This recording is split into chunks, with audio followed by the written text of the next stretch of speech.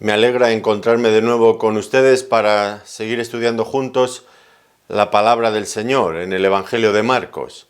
Estamos en el capítulo 6 en esta ocasión y vamos a hacer una lectura a partir del versículo 7. Vamos a considerar aquí la misión de los 12 discípulos.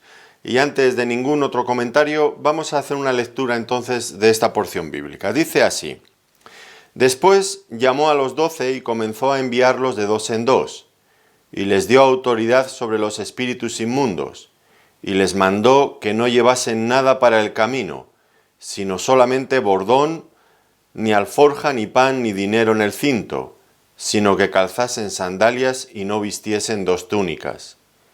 Y les dijo: Dondequiera que entréis en una casa, posad en ella hasta que salgáis de aquel lugar. Y si en algún lugar no os recibieren ni os oyeren, salid de allí y sacudid el polvo que está debajo de vuestros pies para testimonio a ellos. De cierto os digo que en el día del juicio será más tolerable el castigo para los de Sodoma y Gomorra que para aquella ciudad. Y saliendo, predicaban que los hombres se arrepintiesen, y echaban fuera muchos demonios, y ungían con aceite a muchos enfermos, y los sanaban. Bueno, un pasaje realmente muy instructivo, que tiene grandes lecciones también para nosotros en este día.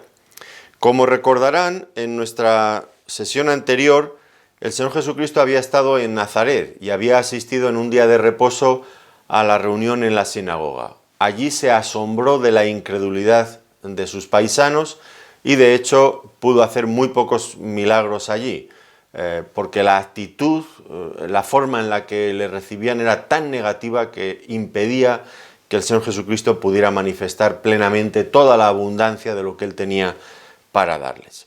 Ahora, esto, como ya dijimos al finalizar nuestra sesión anterior, pues no desanimaba al Señor, sino todo lo contrario.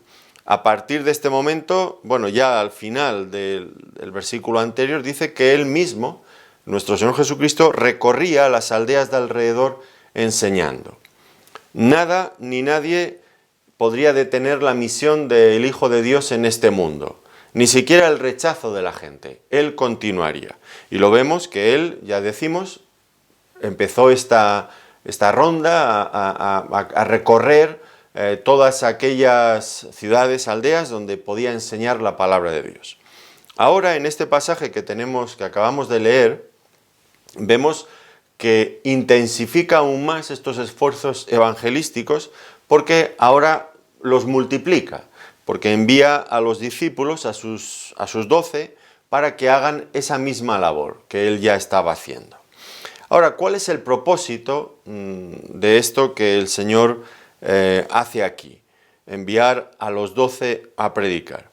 Bueno, en primer lugar, pues el propósito era, sin dudas, extender el reino de Dios. Ya dijimos cuando estudiábamos las parábolas que el reino de Dios se extiende por la predicación del Evangelio. Así que el principal propósito, pero no el único, pero sí el principal propósito era extender el reino de Dios. 12 evangelistas que van a recorrer, es una forma de multiplicar los esfuerzos.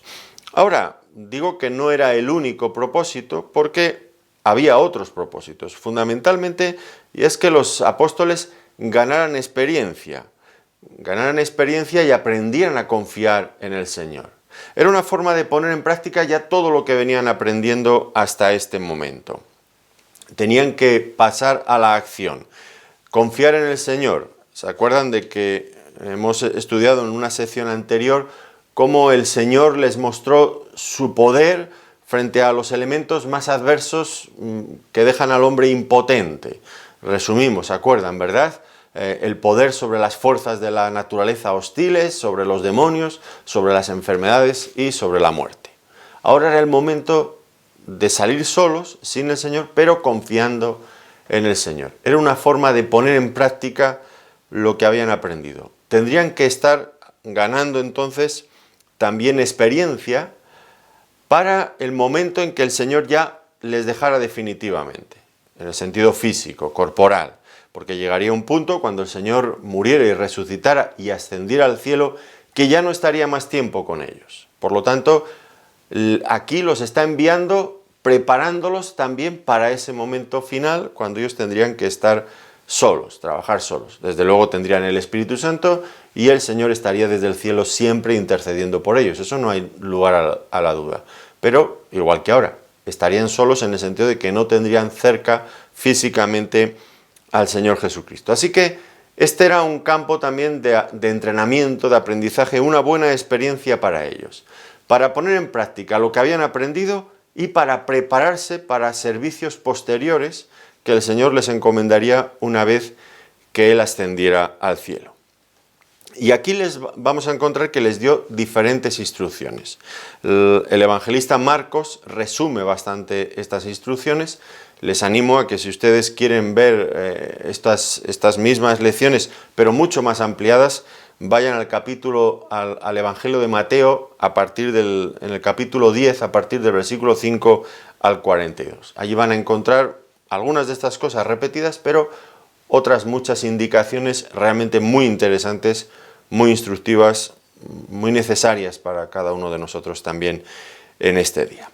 Bueno, la primera cosa entonces que vamos a ver es que el Señor los llamó a los 12 y comenzó a enviarles de dos en dos. Es sin duda un ministerio especial, enviarlos a predicar como apóstoles, como un grupo escogido por el Señor para una labor también escogida, especial. Y una vez más, lo que nos encontramos es que el llamamiento al servicio siempre procede del Señor. No soy yo, no es usted que decidimos, pues voy a hacer tal obra, voy a hacer tal otra. No, el llamamiento tiene que proceder del Señor, porque, como vamos a ver a continuación, es de Él que procede también la autoridad para hacer esa labor. El llamamiento procede del Señor. En las iglesias muchas veces, pues esto es una cosa que tenemos siempre que tener presente, ¿no? Yo quiero hacer tal ministerio o tal servicio dentro de la iglesia. Bueno, el llamamiento, insisto, procede del Señor.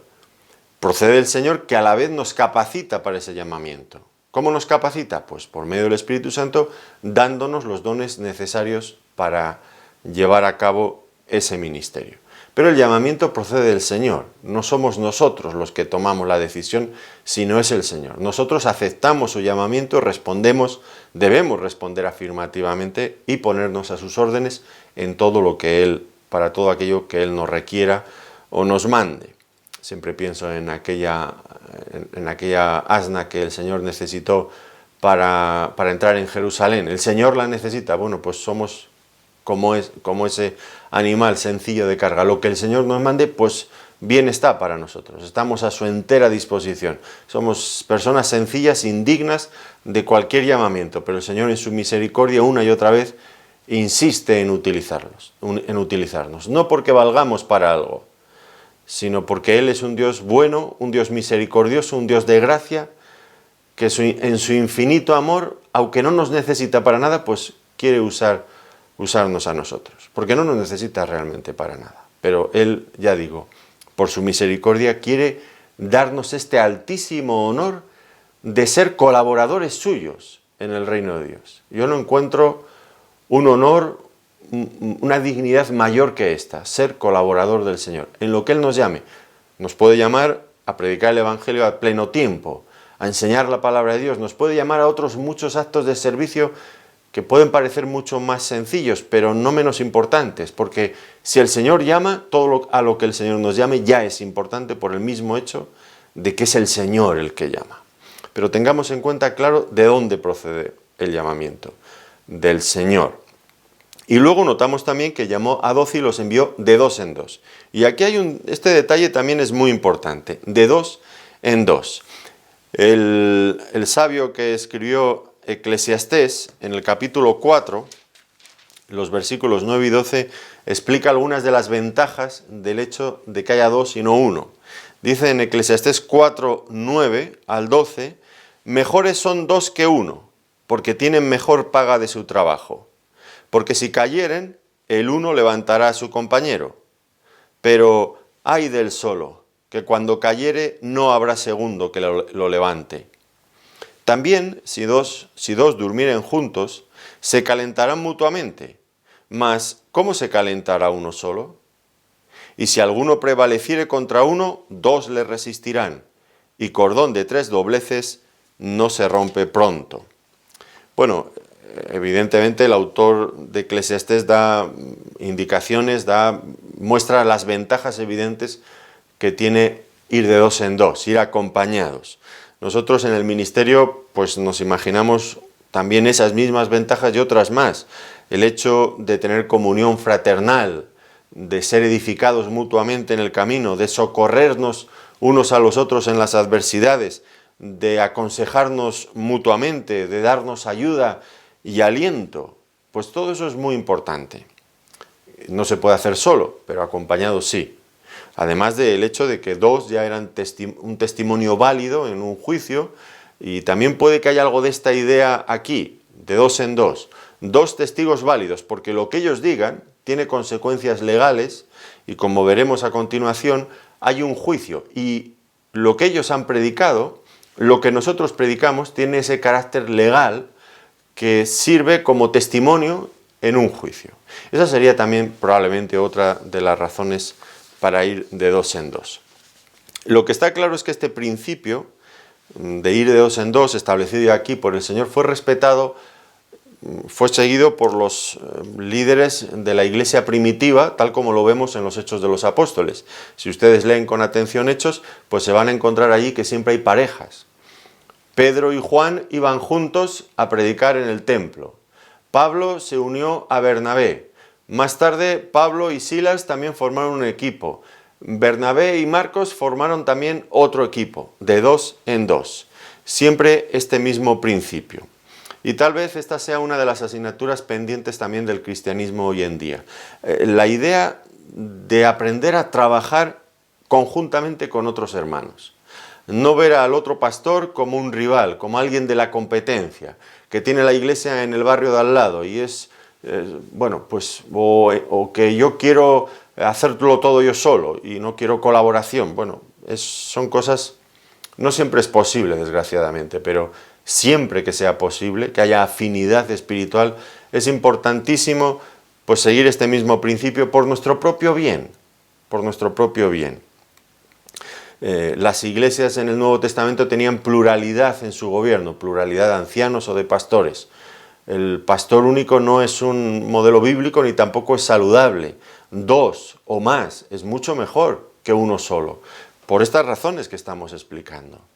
Es tan ventajoso y a veces tan ignorado en tantas y tantas ocasiones. Luego nos dice que les dio autoridad. Y esta idea, que ya ha aparecido otras veces en el Evangelio, este concepto de la autoridad siempre surge de Dios. Dios es el que da la autoridad. Si alguno de nosotros tenemos autoridad en algún ámbito, es porque Dios nos la ha dado. Por nosotros mismos no tenemos ninguna autoridad. Esto es importante que lo tengamos claro. Por ejemplo, si un padre tiene autoridad sobre su hijo, ¿por qué es? Pues porque Dios se la ha dado. Hijos, obedeced a vuestros padres. Es un mandamiento bíblico. Si los gobernantes tienen autoridad sobre nosotros, sobre los ciudadanos, ¿por qué es? Porque Dios se la ha dado. Obedeced a las autoridades, dice Romanos en el capítulo 13 y el versículo 1. Si los pastores tienen autoridad en la iglesia, ¿por qué es? Porque Dios se la ha dado. Obedeced a vuestros pastores, dice Hebreos capítulo 13 y versículo 17. Si los jefes tienen autoridad sobre sus empleados, ¿por qué es? Porque Dios se la ha dado.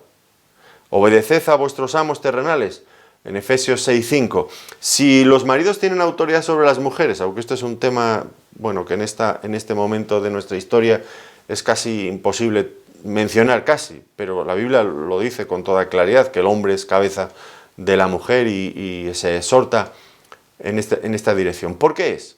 Pues porque Dios lo ha mandado. Pueden encontrar también montones de referencias. En Efesios 5:22 aparece también.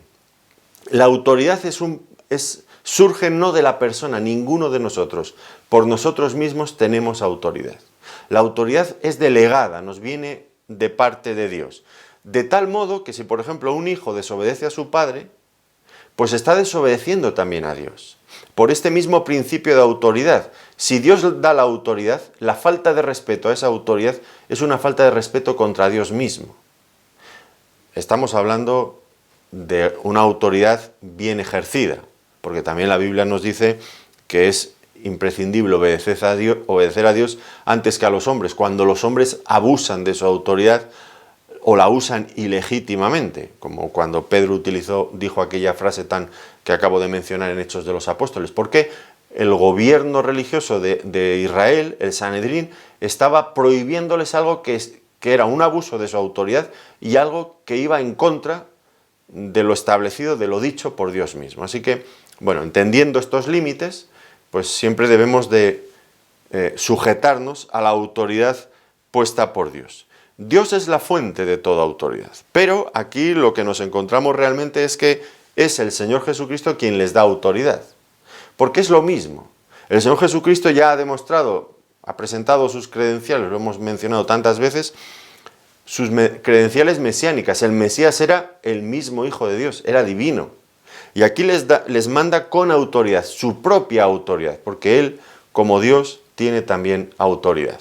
Recuerdan ustedes al terminar el Evangelio de Mateo en el capítulo 28, el versículo 18. Y Jesús se acercó y les habló diciendo, toda potestad, o lo que es lo mismo, toda autoridad, me es dada en el cielo y en la tierra. Por tanto, id y haced discípulos a todas las naciones. El contexto es similar al que estamos estudiando aquí en esta porción ahora mismo, enviándolos a los discípulos a ir a predicar por todo el mundo. Pero comienza diciendo, toda autoridad me es dada en el cielo y en la tierra. No hay lugar donde el Señor Jesucristo no tenga autoridad. No hay nada que esté fuera del ámbito de su autoridad. Toda autoridad me es dada en el cielo y en la tierra. Y es con esta autoridad que Él envió a estos 12. Y los envió después de haberles enseñado que Él tiene autoridad. Estoy enfatizando mucho este asunto de la autoridad, claro que sí, porque aquí lo vemos, ¿no? Y en los pasajes anteriores el Señor se ha encargado también de mostrarles que Él tiene autoridad. Recuerdan ustedes, hagamos un breve y rapidísimo resumen. En Marcos 1:22, el Señor les demostró en la sinagoga que tenía autoridad en la enseñanza. En Marcos 1:27 que tenía autoridad sobre los espíritus inmundos. En Marcos, en el capítulo 2, de los versículos 10 y 12, tenía autoridad para perdonar pecados. En Marcos 4, 39 y 41 tenía autoridad sobre las fuerzas de la naturaleza. Recuerdan aquella tempestad virulenta que se levantó contra ellos. Y en el 5, 39 al 42 el Señor tiene autoridad sobre la muerte. Así que era muy importante, eran lecciones previas. Ahora llegamos al momento en que hay que ponerlas en práctica, aplicarlas correctamente. Antes de que los 12 fueran enviados a predicar, debían de ser plenamente conscientes de que quien les enviaba tenía plena autoridad. Eran delegados, entonces es importante mirar al que está por encima. ¿Tiene autoridad o no tiene autoridad para enviarnos a hacer lo que nos va a enviar? A la misión que nos va a enviar. Tiene autoridad, entonces vamos. Muy importante, porque si no hemos entendido la autoridad, el poder que el Señor Jesucristo tiene, no nos movamos de donde estamos, porque el fracaso está asegurado. Tenemos que ser conscientes de que el Señor tiene toda la autoridad, todo el poder. ¿Por qué? Bueno, porque en realidad en eso iba a consistir su misión. La misión que ellos tenían por delante era reclamar precisamente los derechos del Señor Jesucristo que estaban siendo ignorados, que están siendo ignorados también a día de hoy en este mundo. Lo que iban a hacer es un llamamiento a que las personas, cada pecador, se rindiera a la autoridad del Señor Jesucristo, porque Él tiene el derecho legítimo, y es el único que lo tiene, el derecho legítimo para exigir la lealtad de todas las personas de este mundo. El hombre hoy en día está en rebeldía contra Dios, y lo que estos 12 estaban siendo enviados era para que depusieran las armas, depusieran esa actitud de rebeldía y se rindieran a ese al único que tiene la autoridad auténtica, legítima, a nuestro Señor Jesucristo. Y esto era la misión que ellos iban a llevar a cabo. Por lo tanto, tenían que ser plenamente conscientes, estar convencidos plenamente de que quien les enviaba tenía el derecho, la autoridad legítima. Y vamos a ver que la forma en la que Dios extiende su reino, aunque esto también lo hemos visto anteriormente, pero la forma en la que Él extiende su reino es por la predicación del Evangelio, pero la predicación del Evangelio es encomendada a seres humanos, aquí a 12 personas, ahora en nuestro tiempo a cada uno de nosotros. Y esto puede parecer simple y normal, pero ya he dicho al principio que es muy importante. Dios lo podría hacer de otra manera, pero utiliza hombres. Podría hacerlo hablando desde el cielo a los hombres, pero no lo hace, utiliza hombres, hombres débiles, hombres muchas veces torpes, porque somos torpes, hay que reconocerlo así, pero sin embargo nos utiliza a nosotros para llevar ese precioso mensaje del Evangelio, ese mensaje poderoso, transformador, el único que puede cambiar a las personas y hacerlas totalmente nuevas. Por eso era tan importante estos conceptos, ¿no? La autoridad con la que somos enviados es la autoridad del Señor. De tal forma, Él no habla desde el cielo, estamos diciendo. Entonces, habla a través de nosotros desde aquí, desde la tierra. De tal manera que, como dice en Mateo, en el capítulo 10 y versículo 40, el que a vosotros recibe, a mí me recibe. Y el que me recibe a mí, recibe al que me envió. Vemos esta sucesión en la cadena de mando, vamos a decirlo así, aunque es otra historia, desde luego que sí. Pero el que recibe a aquel que ha sido enviado por el Señor con su autoridad, recibe al Señor, y al Señor Jesucristo. Y el que recibe al Señor Jesucristo recibe a aquel, al Padre, que lo ha enviado a este mundo. Por supuesto, hay una igualdad de autoridad entre el Padre y el Hijo que no existe entre el Hijo y nosotros, los hombres, que somos enviados a predicar el Evangelio. Entonces, ¿en qué consiste la evangelización? Cuando vamos a evangelizar, ¿qué es lo que estamos realmente buscando? Pues estamos llamando a las personas, como acabo de decir, para que reconozcan la autoridad del Señor Jesucristo en sus vidas. Es muy importante que tengamos esto claro, porque hoy en día muchas veces se habla de evangelizar y no sabemos ¿a qué se refieren exactamente? Vamos a evangelizar. ¿A qué se refieren? Hay personas que salen a cantar a la calle o que van a dar un concierto. Bueno, si las letras son claras y el mensaje queda... Bueno, o vamos a hacer una obra de teatro, bueno, si hay un mensaje claro, bien. Pero muchas veces no queda claro. Simplemente parece un acto de entretenimiento sin más. Y eso no es evangelizar. Bueno, pero les estamos diciendo que somos cristianos y que somos de la iglesia que viene de tal sitio, pero es que eso no es evangelizar. Eso, como dicen algunos, es pre-evangelización, que a veces nunca llega a la evangelización. Preparar el terreno, bueno, si lo que tenemos es que evangelizar. Y entonces, ¿qué es evangelizar? Es decirle a la gente que el Señor Jesucristo es el Señor, que tiene toda la autoridad y que debe de ser quien gobierna las vidas. Y nosotros hasta este momento, cuando no somos creyentes, hacemos lo que nos da la real gana.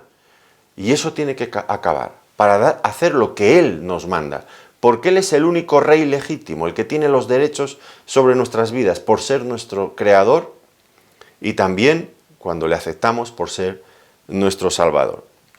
Así que es importante predicar estas dos cosas, que en Cristo hay perdón de pecados, por supuesto que sí, pero que Cristo debe ser el Señor de nuestras vidas. Y eso implica aceptar su autoridad. Y si no, ¿de qué sirve? Bueno, es que el Señor no lo acepta. Si alguna persona quiere que sus pecados sean perdonados, pero no está dispuesto a aceptar la autoridad del Señor Jesucristo, Él dice, no, esto es incompatible, es imposible.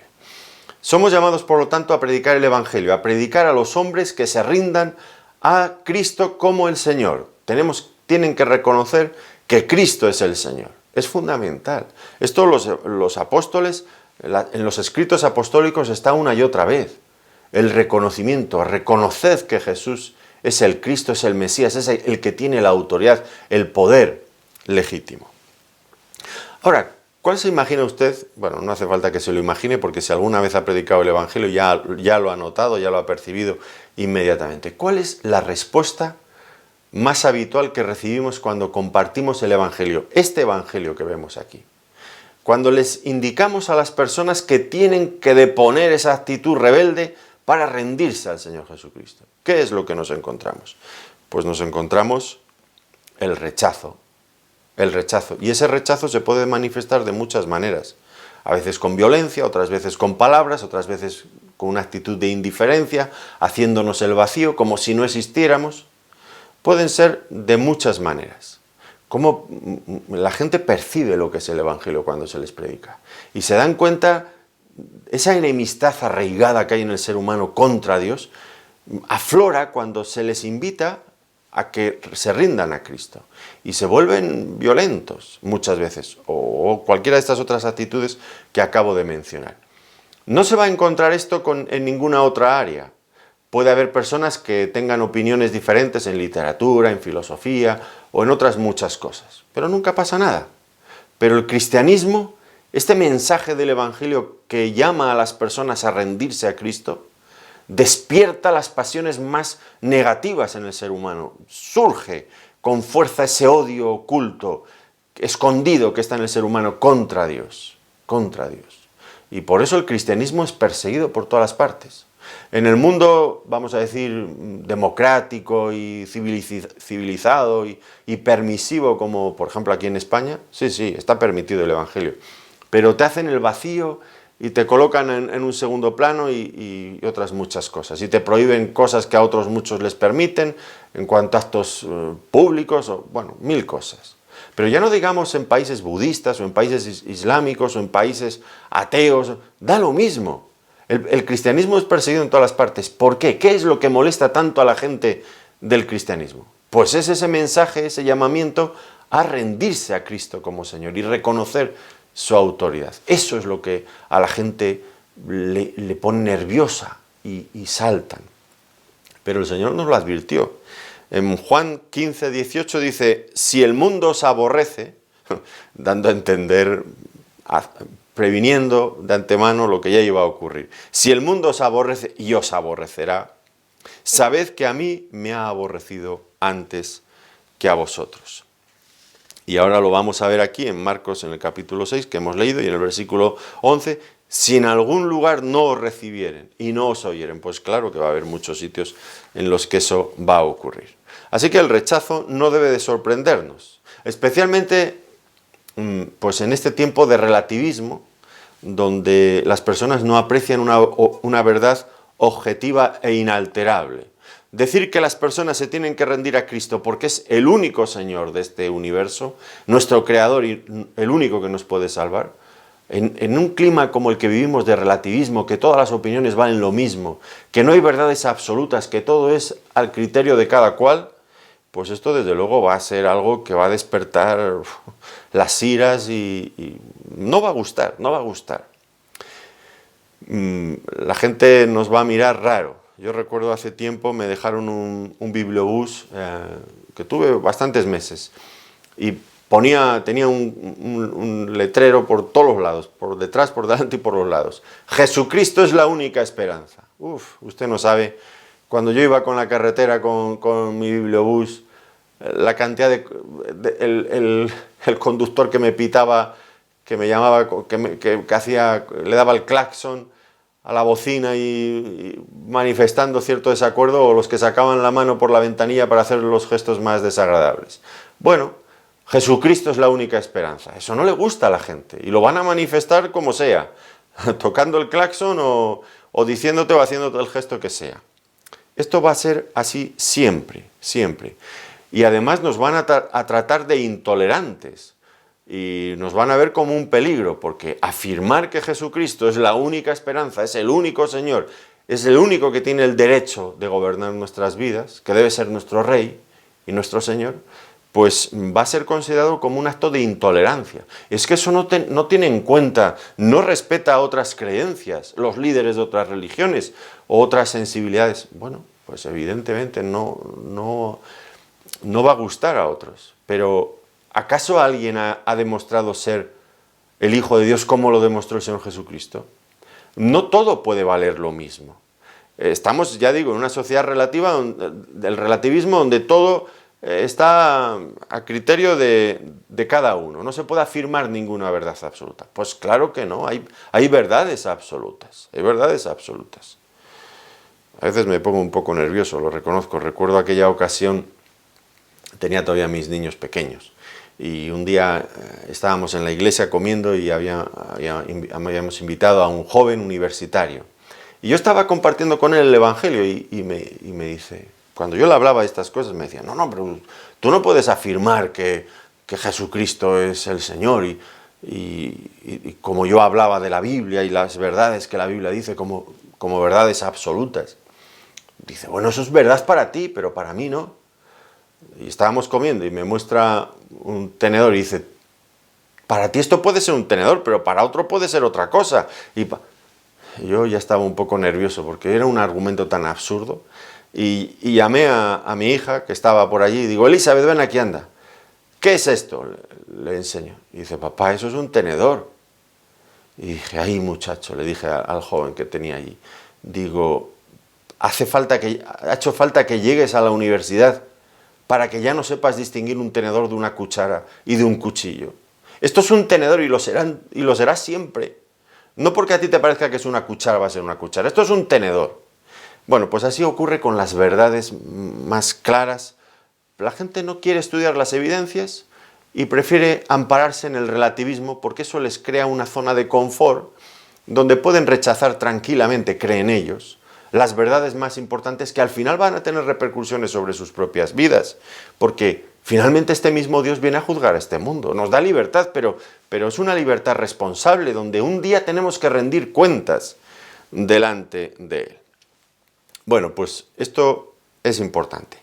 Ahora, luego continúa diciéndoles, no llevéis nada para el camino. Es decir, debían confiar en Dios para todo. Y exclusivamente en Dios. Es lo que nosotros a veces llamamos vivir por fe. Y aquí déjenme que yo sea un poco crítico. Ustedes me perdonan, pero déjenme que sea un poco crítico.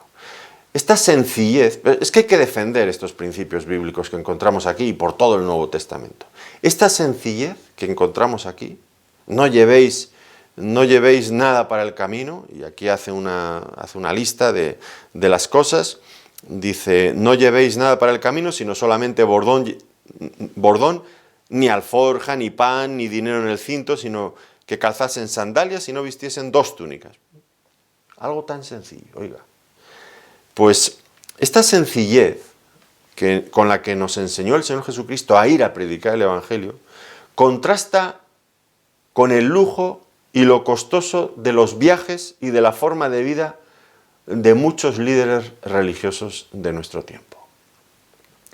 Aquí en España hace ya unos años vino el que era papa antes, el Benedicto XVI, y estuvo en la ciudad de Valencia 26 horas. Nunca se ha sabido cuánto costó aquello, pero la oposición política en aquel día estimaba que podría haber costado como 60 millones de euros. 60 millones de euros. Tremendo, tremendo. Los dispositivos, todo lo que hay que montar para la visita de 26 horas a Valencia. No tiene nada que ver con esto. Nada que ver, nada que ver. Pero bueno, no hablemos solamente de los líderes católicos. Hablemos también un poco de los grandes teleevangelistas, telepredicadores evangélicos, que les gusta hacer ostentación de que viajan en aviones privados, de que les recogen y les llevan por la ciudad en limusinas, ocupan las mejores habitaciones, las mejores suites en los hoteles de lujo, que llevan un nivel de vida alto, muy elevado. ¿Qué tiene que ver eso con los siervos del Señor? Estos 12 apóstoles, encomendados por el Señor, no vivían así, y el Señor les dio instrucciones precisas de cómo debían de vivir, y no tiene nada que ver con esto que estamos viendo en muchos sitios en nuestros días. Habrá quien me diga, bueno, pero es que los tiempos han cambiado. Sí, los tiempos han cambiado, y van a seguir cambiando, cambiarán siempre, pero lo que no podemos cambiar son los principios. Los principios son inamovibles. Bueno, pues usted no llevará sandalias, llevará zapatos. Bueno, pues o llevará sandalias, yo no lo sé, pero Pues vaya con zapatos, pero no se lleve no se lleve dos pares de zapatos. Usted no usará túnica, usará un traje, un saco, como le llamen ustedes. Bueno, pues usará un traje, pero no usará una túnica. Bueno, o usará un abrigo. Bueno, pues usted puede cambiar la prenda, pero no puede cambiar el principio de sencillez. Y esas personas que hacen esta ostentación o que hacen este tipo de viajes teóricamente evangelísticos, pero con este despilfarro de dinero y de medios, pues no lo podemos dar por bueno. Por lo menos hay que decir que no se corresponde con lo que el Señor Jesucristo enseñó. Y lo que Él nos enseñó es para hacerle caso. Claro que es para hacerle caso. Y hay que decir, y debo decir, que tan culpables son los que llevan ese tipo de vida, como los que les facilitan llevar ese tipo de vida. Y déjenme ustedes que les haga una reflexión. Miren, a veces se insiste mucho con el tema de las ofrendas. Hay pastores que dedican una cantidad de tiempo a hay que ofrendar. Y yo no discuto que hay que ofrendar. Es una cuestión bíblica que está fuera de toda duda. Pero igual que se hace un énfasis tan grande en promover las ofrendas, hay que hacer un énfasis también en la transparencia de las ofrendas, de cómo se utilizan las ofrendas. Porque ofrendamos para que el reino de Dios avance, para que la obra de Dios se cumpla, para solucionar determinadas cuestiones perentorias de necesidades urgentes que pueda haber en algunos lugares, en nuestra propia zona, en nuestra propia área.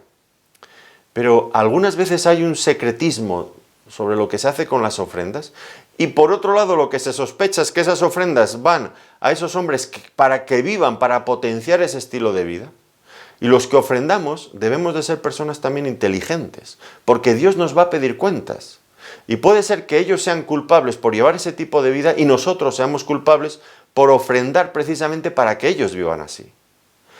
Y no solamente hay mérito en ofrendar, hay mérito cuando se ofrenda sabiamente. Y para ello los pastores en las congregaciones tienen que ejercer la transparencia. ¿Cuántas son las ofrendas que se recogen? ¿Y qué uso se dan a esas ofrendas? Y tienen que estar realmente relacionadas con el servicio a la obra de Dios. Por supuesto, el obrero es digno de su salario, claro que sí. Y la persona, el hombre de Dios que trabaja dentro de la iglesia, es digno de su salario. Pero eso es una cosa muy diferente, como estamos viendo aquí. Estos 12 eran dignos de recibir alojamiento, comida y lo que necesitaran para el camino. Pero no promover una vida de lujo y de excesos. Eso no es a lo que el Señor nos ha llamado. Y nosotros, cuando ofrendamos, tenemos que ser sabios en a dónde van destinadas nuestras ofrendas para que realmente cumplan el propósito. Porque ya digo, se hace mucho énfasis en ofrendar. Creo que hay que empezar a hacer también un poco de énfasis en la transparencia de las ofrendas. Bueno, pues ellos no deberían de llevar báculo ni ninguna ropa más que la puesta. Y esto podría parecer una locura, pero hombre, ¿y de qué vamos a vivir? ¿De qué vamos a vivir? Pues esto serviría para que comprobaran la ayuda constante de Dios. Tendrían que estar mirando hacia arriba, aunque siempre cabe la tentación de mirar hacia el lado, a ver si consigo que fulano y mengano pues me ayuden. No. El obrero de Dios, aquel que ha sido enviado por Dios para este tipo de labor, tiene que mirar a Dios, arriba, a Dios, esperando de Él todo lo que necesitan. Y bueno, podría parecer una locura. Pues hombre, si nos vamos así, vamos a pasar más hambre. Bueno, cuando todos ellos volvieron, ninguno vino quejándose. Todos venían gozosos, contentos, ninguno se lamentó de que le hubiera faltado algo. Por supuesto que no. Venían llenos de admiración por la ayuda que el Señor les había prestado en cada circunstancia por la que habían atravesado. Y bueno, pues ya que estoy siendo un poco crítico hoy, me perdonan ustedes si yo no soy el juez de nadie, por supuesto que no, pero me parece que estas cosas están aquí en la Biblia y me siento con la libertad de sacarlas y mencionarlas. Pero déjenme que mencione otro asunto más en cuanto a este punto concreto. Hemos conocido personas que realmente tenían deseos de servir al Señor en esto mismo, en ir a otro país o en el mismo país, dedicarse, dejar el trabajo, dejar otras ocupaciones para dedicarse a pleno tiempo a servir al Señor. Y en lugar de salir por fe, como hicieron estos hombres, confiando en que el Señor va a proveer para lo que necesitaran, pues hacen otra cosa bien diferente, que es que se buscan una misión. Una misión, y entonces hablan con la misión y empiezan a recoger fondos en esa misión. Y no van a salir a la obra del Señor hasta que no tienen asegurado determinada cantidad de dinero en ofrendas, porque tal iglesia, tal hermano, tal hermana, se ha comprometido mensualmente en darles tanto dinero. Cuando ya tienen lo que está estipulado por la misión, que pueden ser los gastos de esa persona, pues entonces salen a la obra del Señor a servirle, pero no antes. Oiga, esto no tiene nada que ver con lo que vemos aquí. Estos hombres no dijeron, bueno, vamos a ver, yo hasta que no tenga en el banco tanto dinero o el compromiso firme de tantas personas que van a apoyarme, no voy a predicar el Evangelio. No hicieron esto. Lo que hicieron fue salir por fe y el Señor no les falló. Usted dirá, pero es que eso es imposible, eso no funciona. Bueno, pues funciona, porque la Biblia lo dice. La Biblia lo dice, estos hombres salieron así. El apóstol Pablo y todos salieron así. Y recibían ofrendas ocasionalmente de unas iglesias, de otras, y de otras se negaban a recibirlas, porque sospechaban intenciones que no siempre les parecían correctas o les daba pie a otras cosas. Bueno, sería otro caso. Por ejemplo, Pablo en Corintio hacía esto. Pues hay que volver a retomar estos principios que funcionan. ¿Es que el Señor puede o no puede hacer eso? Claro que puede. Estuvo dándoles de comer a Israel en el desierto 40 años, en el desierto, que allí sí que era difícil darles de comer, en el desierto, a una multitud de no sé cuántos millones de personas andando por el desierto. ¿De dónde sacas comida, pan y agua para todas esas personas? ¿Acaso les faltó algo? No les faltó nada, y cuando acaban el trayecto Dios les dice, ¿os faltó acaso algo? Nunca les faltó, nunca les faltó. Así que tenemos que recuperar poner nuestra confianza en el Señor. Claro que funciona, claro que funciona. Me perdonan ya, pero en este sentido, mi mujer y yo dejamos nuestros negocios hace ahora 14 años y vendimos todo lo que teníamos, nos desentendimos de todos nuestros negocios para servir al Señor y vivir por fe. Y puedo decir que después de 14 años he tenido 5 hijos, que teníamos 5 hijos en aquel tiempo, que estaban estudiando, luego fueron a la universidad, en fin, les puedo garantizar que sin tener ningún apoyo concreto de ninguna iglesia, de ninguna persona, el Señor nos ha mantenido hasta aquí. Y hemos podido educar a nuestros hijos y hacer todas las cosas que nos han sido necesarias. Nunca nos ha sobrado, pero tampoco nos ha faltado. El Señor ha sido fiel a su palabra. Y eso funciona. Eso funciona. Y animamos a las personas que desean servir al Señor a retomar estos principios que encontramos en la Biblia. Porque sí que funcionan. Ya lo creo que funcionan. Luego alguna instrucción más. Dice el Señor, donde quiera que entréis en una casa, posad en ella. Y aquí, pues lo que el Señor esperaba era pues, que hicieran uso, que la generosidad de la hospitalidad en aquellos lugares, en Oriente, pues debía de servir de provisión también para ellos en esta misión. Y la hospitalidad. Viene un misionero, lo hospedamos en casa y lo tratamos en casa. Bueno, pues también esto se va perdiendo. ¿Y cuántas veces llega un misionero, un pastor, un obrero del Señor a la ciudad y lo metemos en el hotel, en un buen hotel de la ciudad? Y ya no se hospeda con las familias de la iglesia. Y uno se pregunta, ¿por qué? ¿Por qué? Bueno, es verdad que en muchas ocasiones puede ser una cuestión práctica, la persona puede estar el misionero puede estar un poco más cómodo en un hotel, pero también hay muchas más tentaciones en un hotel, muchas veces, ¿no? Y en realidad muchas veces lo que implica es el fracaso, por lo menos en nuestra cultura aquí en Europa, me parece que se ha perdido mucho esta hospitalidad, este espíritu hospitalario que tenían en Oriente, no lo sé en otros países, pero es una pena. Es una pena.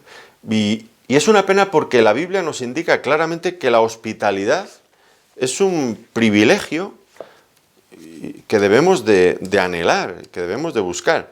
En Hebreos, en el capítulo 13, el versículo 2 dice, en Hebreos 13:2, no os olvidéis de la hospitalidad, porque por ella algunos, sin saberlo, hospedaron ángeles.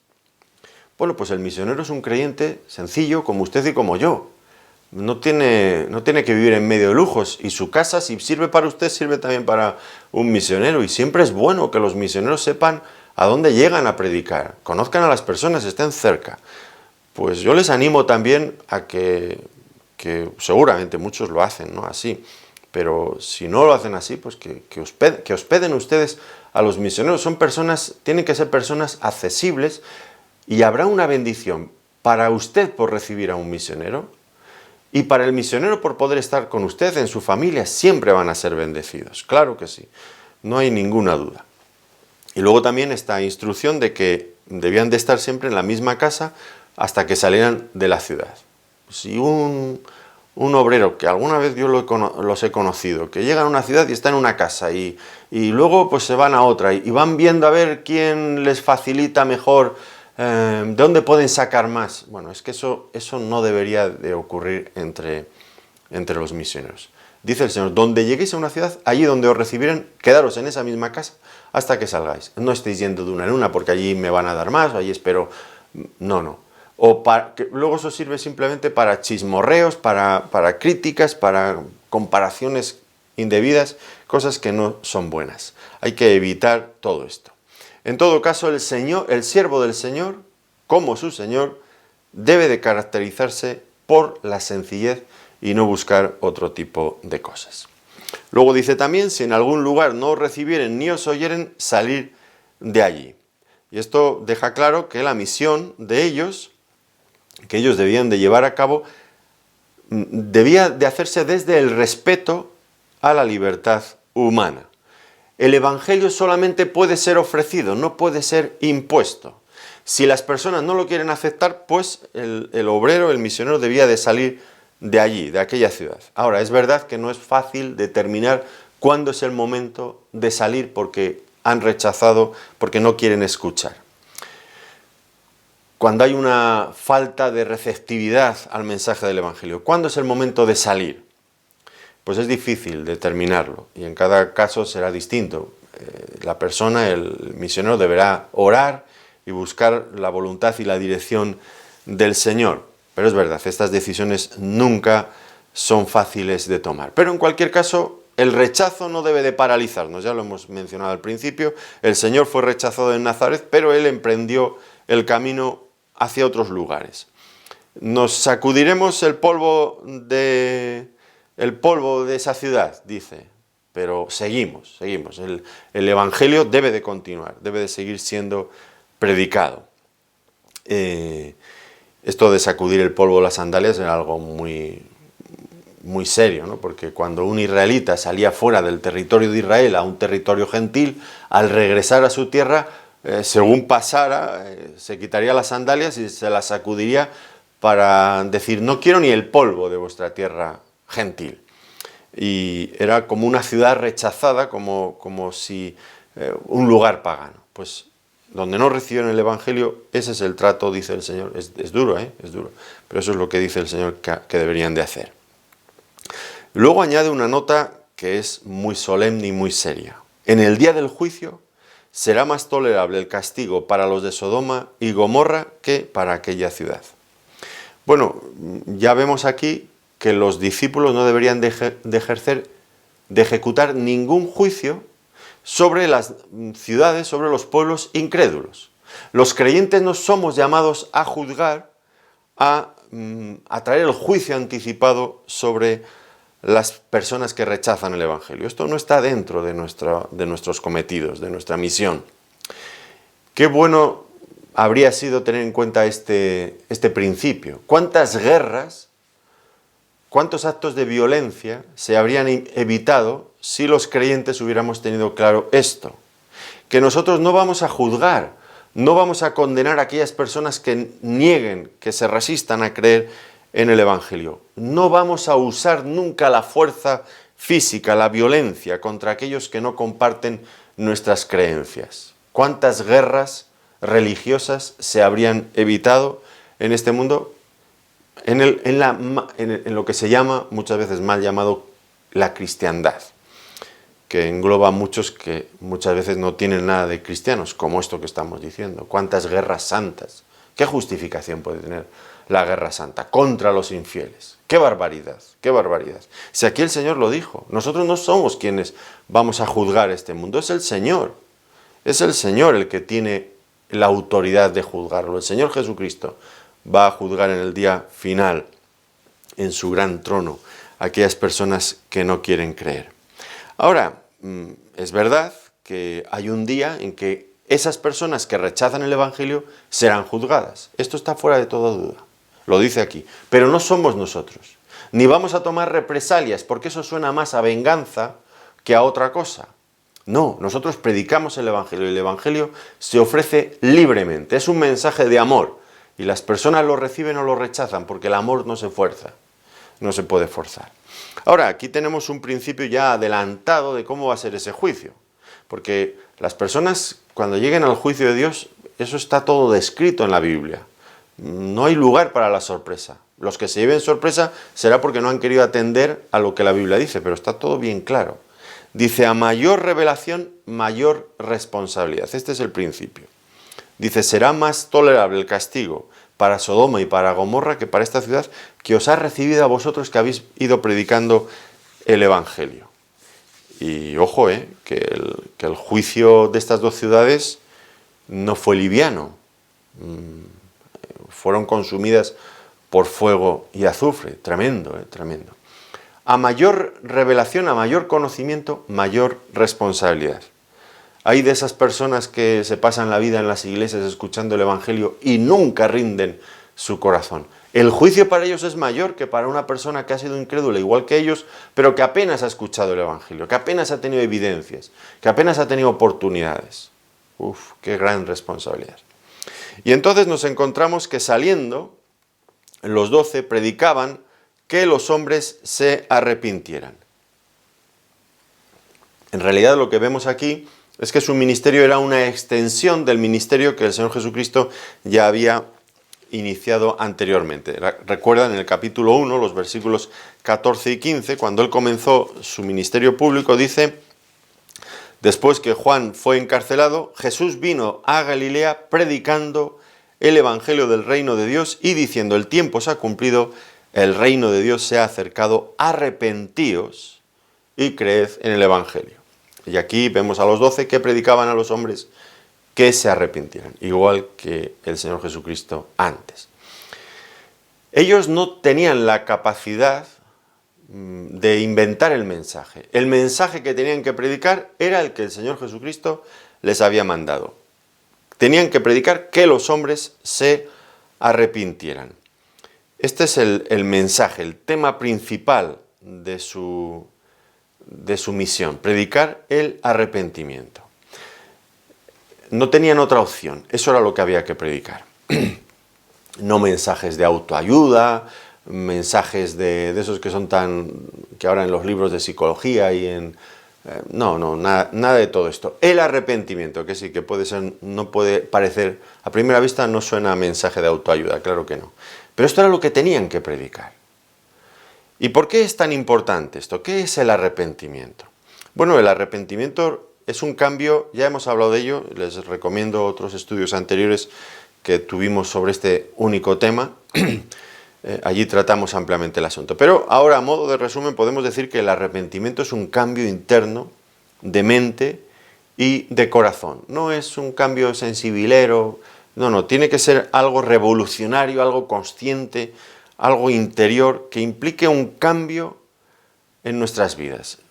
Parte de la base de que nos damos cuenta de que hemos estado en el camino equivocado, hemos ido de espaldas a Dios y cambiamos. Y este cambio es tremendo y es tirar muchas cosas por la borda, es negar muchas cosas que hemos estado haciendo, que hemos estado pensando, para las que hemos trabajado arduamente, tirarlas por la borda, desecharlas como basura, decía el apóstol Pablo. Eso es el arrepentimiento. Hemos vivido de espaldas a Dios y nuestra forma de vida era contraria a lo que Dios desea de nosotros. Ahora hemos dado la vuelta y hemos tomado el camino correcto.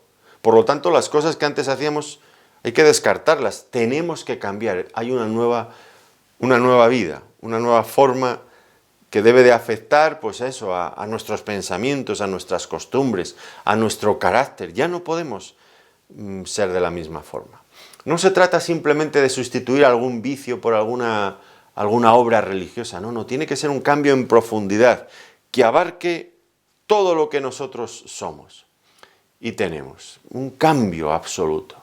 Implica aceptar el veredicto de Dios sobre nosotros mismos, que somos culpables, que somos pecadores, que estamos equivocados, que hemos vivido mal, y aceptar lo que Él dice de nosotros.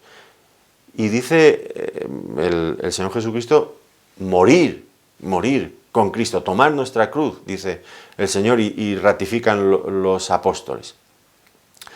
Morir con Cristo, dar por muerto todo aquello que tenemos como algo que no vale. Sí, no es un mensaje de autoayuda, no suena a eso, ya lo decía antes. Es algo totalmente diferente, es reconocer que nuestra vida desagrada a Dios y morir para vivir con Cristo, es el siguiente paso. Pero todo comienza con el arrepentimiento. Deponemos esa actitud hostil que teníamos contra Dios para ahora cambiar, amarle, ponerle en el primer lugar. Si antes estaba nuestro ego, nuestro yo, sentado en lo más alto del trono de nuestra vida, pues ahora hay que rendirnos, ponernos de rodillas y aceptar la autoridad de nuestro Señor Jesucristo, de Dios mismo. Esto es el arrepentimiento.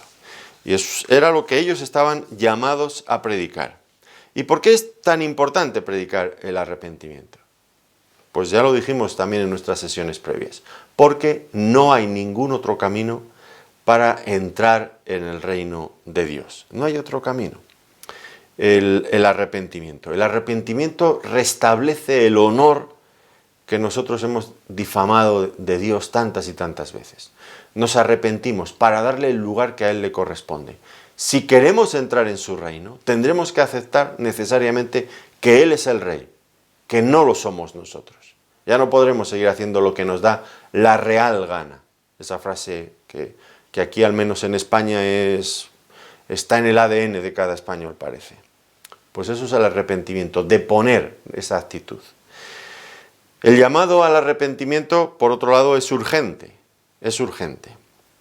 Y debía de llegar a aquellas personas que no le conocen, porque un día, si no, van a perecer en el juicio final. Las personas se tienen que arrepentir para librarse de ese juicio que ha de venir sobre ellos. Y el juicio está llegando. Por eso decimos que este llamado al arrepentimiento es urgente. Esos versículos que hemos leído hace un momento en Marcos 1:15, dice que el Señor empezó predicando el Evangelio porque el tiempo se ha cumplido. El tiempo se ha cumplido. Es el momento ya. En otras ocasiones se dice, hoy es el día de salvación. Si oyereis hoy su voz, no endurezcáis vuestros corazones. Hoy. Porque el tiempo está llegando y porque nuestras oportunidades no van a ser eternas. Hoy estamos, pero mañana ¿dónde estaremos? ¿Qué será de nosotros? Así que es imprescindible, es urgente este llamado al arrepentimiento. Y dice también que echaban fuera muchos demonios y sanaban muchos enfermos. En realidad, pues como ya hemos dicho, este ministerio de los 12 sería una extensión del ministerio del Señor, que Él también hacía milagros y sanaba enfermos, echaba fuera demonios. Pero al mismo tiempo, como en el caso del Señor, era una demostración de la naturaleza del reino. ¿Cómo va a ser el reino de Dios? Bueno, pues no va a haber espíritus inmundos, no va a haber enfermedad, no va a haber esas cosas que ahora tanto nos afligen y tanto nos hacen que este mundo sea un mundo difícil de vivir. Ellos empezaban a hacer este tipo de milagros, eran credenciales, igual que el Señor en el Señor, eran credenciales de que el Señor Jesucristo les había enviado. Eran los poderes, como dice Hebreos 6:5, los poderes de la era venidera, que estaban irrumpiendo ya en este mundo. Los poderes de la era venidera, del reino de Dios, ya entrando en este mundo, haciendo su entrada. Por el momento, simplemente acreditando a estos siervos de Dios. Pero llegará un momento que será una realidad plena en el ámbito del reino de Dios. Y dice que ungían también a los enfermos, algo como lo que dice Santiago. Si está alguno enfermo entre vosotros, llame a los ancianos de la iglesia y oren por él, ungiéndole con aceite en el nombre del Señor.